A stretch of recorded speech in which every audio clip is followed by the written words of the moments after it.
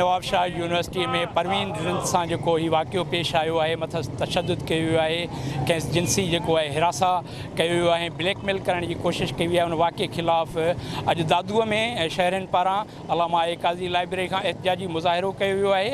एहतजाजी मुज़ाहिरे में परवीन रिंद ख़ुदि पहिरें उघाड़े एहतजाजनि शरीक थी आहे ऐं एहतजाजी मुज़ाहिरो SP चौक खां थींदो दादू शहर जे मुख्य कचहरी रोड ते पहुतो आहे, जिते धरणो हयो वियो आहे।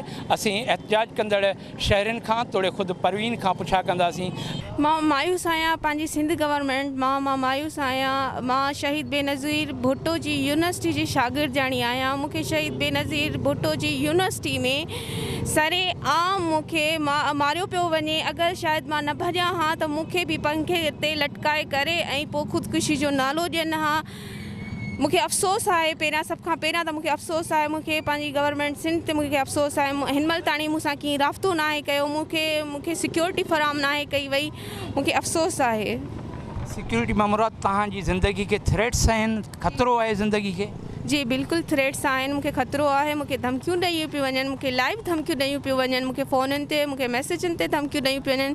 तव्हां हिन केस तां हथ न खणंदव, असां तव्हांखे रोडनि ते मारींदासीं या नवाबशाह में असां मारींदासीं।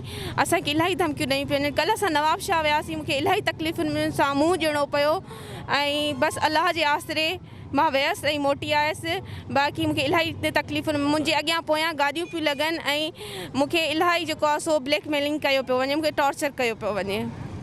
ही जेका तव्हां मेडिकल जो स्टूडेंट आहियो, डॉक्टर नौशीन जो वाक़ियो, निमरता जो वाक़ियो, डॉक्टर नौशीन जी जेका DNA रिपोर्ट आई आहे, जंहिंमें आहे त माना निमरता ऐं नौशीन जे जिस्म मां हिकु ई मर्द जा जुज़ा मिलिया आहिनि ऐं तव्हां बि जेको आहे तव्हां सां बि एॾी वॾी ज़्यादती थिए पई, तशद्दुद कयो, तव्हांखे हिरासा कयो। छा पियो थिए सिंध जे तालीमी इदारनि में? तव्हां न्याणियूं आहियो, छा पियो थिए? सभ खां पहिरीं त जेके डॉक्टर निमरता ऐं डॉक्टर नौशीन जा जेके इहे DNA टेस्ट थिया आहिनि त इहे बिल्कुलु सही आहिनि, राइट आहिनि। ऐं जेको इहो चयो पियो वञे त ख़ुदकुशी आहे, लेकिन इहा ख़ुदकुशी न आहे। इन्हनि खे बि मारियो वियो आहे ऐं उनखां पोइ जेको आहे पंखे ते लटकाए करे इहो ख़ुदकुशी जो कारण ॾिनो वियो आहे। असांखे तहफ़ुज़ात आहिनि त असांजी नंढड़ी खे जेको आहे सो क़त्लु कयो वेंदो, इन ते केॾीमहिल बि क़ातिलाणो हमिलो कयो वेंदो सबूत मिटाइण जे लाइ। ऐं असां अॼु जेको एहतजाज कयो आहे, उहे जेके असांजा जवाबदार आहिनि हिन महिल ताईं गिरफ़्तार न थी चुका आहिनि। असां वटि जेको हिन महिल ताईं उहे जवाबदार असांजा गिरफ़्तार न थिया आहिनि। असांजो मुतालबो आहे त उन्हनि खे फ़ौरी तौरु जवाबदारनि खे गिरफ़्तार कयो वञे ऐं असां सां इंसाफ़ कयो वञे। असांजे केस खे लोहिण जी साज़िश कई थी वञे, उनजी असीं मज़म्मत था कयूं ऐं असीं इहो ॿुधाइण था चाहियूं त ही नाम निहाद जेके तव्हां GIT जोड़ियूं आहिनि, असीं इन्हनि वटि इहे करप्ट कामोर आहे जिन जा तव्हां नाला ॾिना आहिनि, जिन जे मथां करप्शन जा केस हलंदड़ आहिनि, उन्हनि खे तव्हां GIT में शामिलु कयो आहे। असांखे इहा जेकी डिपार्टमेंटली GIT आहे क़तन क़बूल कोन्हे का, असीं उन वटि पेश कोन थींदासीं ऐं असीं पंहिंजो उन्हनि वटि बयानु रिकॉर्ड न कराईंदासीं, छो त हू करप्ट आहिनि ऐं असांखे उन्हनि ते को बि भरवसो कोन्हे को। असांजो एतमाद पंहिंजी आला अदालतुनि ते आहे। असीं अदालतुनि मां उमेद जी इंसाफ़ जी उमेद रखूं था ऐं असांखे उन्हनि ते भरवसो आहे त असां सां इंसाफ़ थींदो। अगरि जेकॾहिं का जुडिशनली इंक्वायरी कराई वई त असीं उन वटि पेश थी पंहिंजो मौक़िफ़ ॾींदासीं, असीं पंहिंजो बयानु रिकॉर्ड कराईंदासीं, असीं पंहिंजा सबूत ॾींदासीं ऐं असीं अॼु बि इहा ई घुर था कयूं त फ़ौरी तौरु इन्हनि बाअसर जेके जवाबदार आहिनि इन्हनि खे गिरफ़्तार कयो वञे।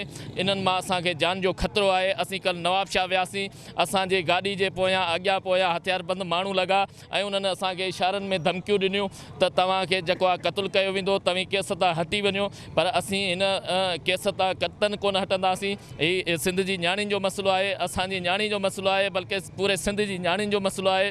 इनखे असीं क़तन पोइते कोन हटंदासीं। सिंध जे तइलीमी इदारनि ख़ासि तौर ते जेके यूनिवर्सिटियूं ऐं कॉलेज आहिनि, उते न्याणियूं खे तहफ़ुज़ कोन्हे। कॾहिं नाइला जो माना लाश पियो मिले, ख़ुदकशीअ जो माना सबबु ॼाण आहे, कॾहिं डॉक्टर नौशीन जो पियो मिले, कॾहिं डॉक्टर निमरता जो पियो मिले। ऐं हीअ न्याणी जंहिं माना स्टैंड वठी माना पंहिंजो पाण खे माना बहादुरी वारो मुज़ाहिरो करे हिननि खे वाक़ो कयो आहे। न त हिन जो बि न्याणीअ जो इहो ई चयो वञे हा त भाई हिन माना ख़ुदकशी कई आहे। असीं सम्झूं था त तइलीमी इदारनि अंदरि जेके बग़ैर आहिनि उन्हनि खे ज़ाहिर करण में हिन महिल जेको डॉक्टर परवीन किरदारु अदा कयो आहे ऐं सभिनी खे ॿुधायो आहे त नियाणियूं ख़ुदकशियूं कोन कंदियूं आहिनि, सभिनी खे जेको आहे कंहिं न कंहिं तरीक़े सां ब्लैकमेल करे, को इम्तिहानी सूरत हुजे या पेपरनि जी सूरत हुजे जंहिंमें उन्हनि खे ब्लैकमेल करे ऐं उन्हनि जो क़त्लेआम कयो वेंदो आहे ऐं उन्हनि जी तज़लील कई वेंदी आहे, उन्हनि खे हिरासा कयो वेंदो आहे।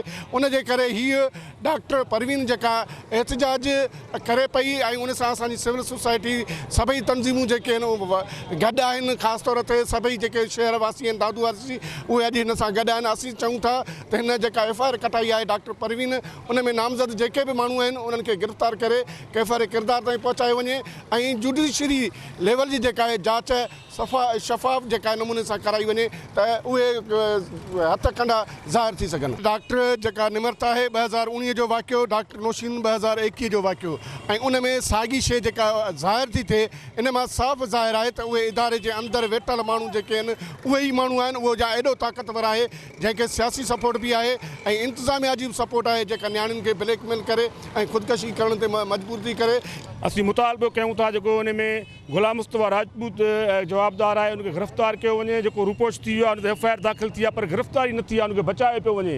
या उते जेका VC आहे उहो राशि आहे, करप्ट आहे नवाब शाह जो, उनखे जेकॾहिं सिंध जे नियाणियुनि जो दर्द हुजे हा त उन जवाबदार खे हिकदमि गिरफ़्तार कराए सज़ा ॾियारे हा। हिकिड़ो सिंध जे अंदरि मायूसी आहे, सिंध जो माण्हू गैर महफ़ूज़ आहे, सिंध जूं नियाणियूं गैर महफ़ूज़ आहिनि। तइलीमी इदारा मुक़दस इदारा हूंदा आहिनि पर हिते ज़ुल्म आहे, सिंध जूं नियाणियुनि जूं इज़तूं लुटियूं पियूं वञनि, मारियो पियो वञे पर केरु बि पुछण जे लाइ तयारु न आहे। तइलीमी इदारनि मां असांजी सिंध जी नियाणियुनि सां जेको वर्ताव कयो थो वञे ऐं जिन्सी हरासमेंट कयो थो वञे, उन्हनि खे मुख़्तलिफ़ तरीक़नि सां मार्कूं ॾियण वठण जे ऐं फेल पास करण जे हिसाब सां उन्हनि खे हरासमेंट कयो थो वञे ऐं आख़िर में उन्हनि सां तशदुद करे ऐं पोइ उन्हनि खे पखियुनि में लटकायो थो वञे। इन जो सबबु इहो ई आहे त असांजे जेके इदारा आहिनि तइलीमी इदारा उते भगड़ वेठा आहिनि जेके सिर्फ़ु नियाणियुनि जे पोयां नियाणियुनि जा बुखिया आहिनि। असां इहो ई मुतालबो कंदासीं गवर्नमेंट खां, सिंध हुकूमत खां, चीफ जस्टिस सां, आर्मी स्टाफ खां, सभिनी खां इहो मुतालबो कंदासीं त फ़ौरन इन ते एक्शन खयो वञे। असांजो मुतालबो इहो आहे त पहिरियों जेके बि नामज़द जवाबदार आहिनि उन्हनि खे फुल फोर गिरफ़्तार कयो वञे। उन खां पोइ हिकमत अमली जेके अदियारा जोड़ींदा उन्हनि लाइ छंद नालो जेका बि हिकमत अमली जोड़ींदा सॼी सिंध उन सां गॾु आहे। त हिकिड़ी नंढड़ी आहे उन ते हिकिड़ो पेरेंट्स हिकिड़ो माना हिकिड़ी उन जी जान बि भई ठीकु आहे, हुनजो घर सॼो तबाह थो थी वञे।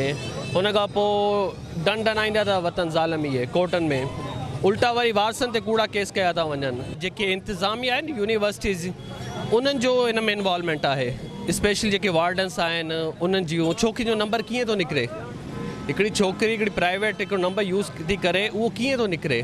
पुलिस बरवत कार्रवाई करे त छोकिरी मायूस छो थिए आसमत, ठीकु आहे, और मायूसी जो शिकार थी उन्हनि इहो कमु कयो आहे।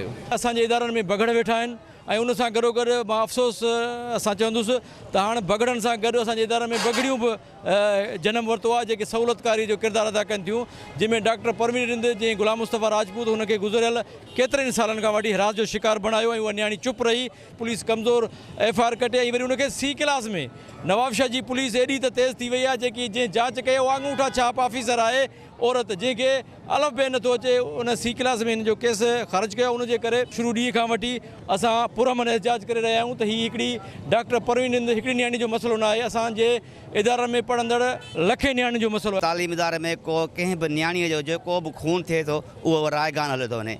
जेकॾहिं का नियाणी ज़िंदह बची थी वञे उन सां को बि इंसाफ़ नथो थिए। हीअ सॼी हुकूमत जी आहे। नायला रिंद, परवीन रिंद, अदी दादूअ जी सैद नौशीन, हूअ अदड़ी नायला चांडका मेडिकल कॉलेज वारी, केतिरा अहिड़ा वाक़िया आहिनि या बिल्कुलु सबूत आहिनि।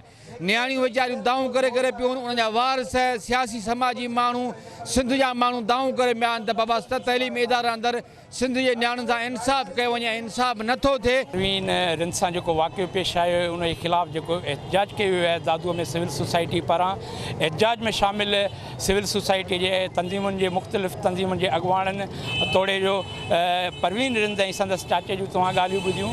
संदन चवणु आहे त सिंध जे तालीमी इदारनि में नियाणियुनि खे जेको आहे उहो टारगेट बणायो पियो वञे ऐं डॉक्टर नौशीन हुजे या निमरता हुजे उन्हनि जी जेका DNA ताज़ो पधरी थी आहे, इहे शयूं जेके आहिनि उहे साबित कनि थियूं त सिंध जे तालीमी इदारनि में नियाणियुनि जूं इज़तूं महफ़ूज़ न आहिनि।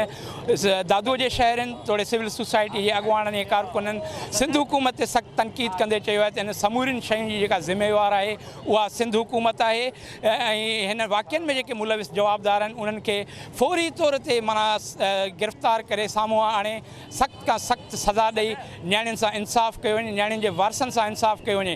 कैमरामैन दीदार शेख सां गॾु फताह शेख, टाइम न्यूज़, दादू।